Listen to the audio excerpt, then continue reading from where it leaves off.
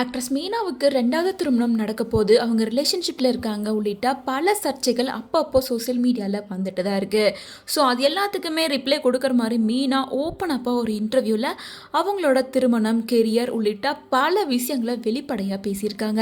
Actress Meena Tamil சினிமாவில் ஒரு top ஹீரோயினியாக இருந்துட்டு இருந்தாங்க.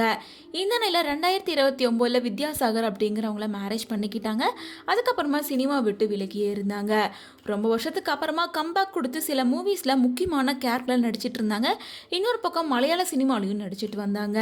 மேலும் கொரோனா டைமில் தன்னோட கணவரான வித்யாசாகரை இழந்துட்டு அவங்க ரொம்ப கஷ்டப்பட்டாங்க. ஸோ அந்த டைமில் மீனாக்கு ரொம்ப க்ளோஸ் ஃப்ரெண்ட்ஸாக இருக்க கலா மாஸ்டர், சங்கீதா, குஷ்பு உள்ளிட்ட பல பேர் அதுலேருந்து அவங்கள மீட்டு கொண்டு இப்போ மறுபடியும் அவங்களோட கெரியரை ஸ்டார்ட் பண்ணியிருக்காங்க.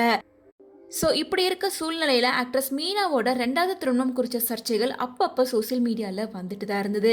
இதுக்கு முன்னாடி ஆக்டர் தனுஷா இவங்க 2வது திருமணம் பண்ணிக்க போகிறாங்க, அதனால தான் ஐஸ்வர்யா விவாகரத்து பண்ணிட்டாங்க அப்படின்னு சொல்லிட்டு இருந்தாங்க.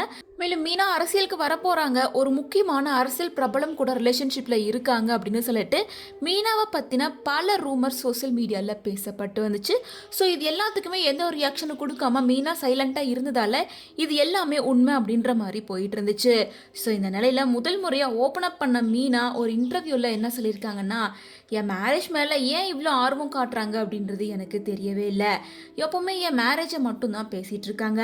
நான் கெரியரில் பீக்கில் இருக்கும்போது மீனாவுக்கு எப்போ கல்யாணம் நடக்க போகுது அப்படின்னு பேசிகிட்டு இருந்தாங்க. இப்போ என் கணவர் இறந்ததுக்கு அப்புறமா மீனாவுக்கு மறுமணம் நடக்க போகுது.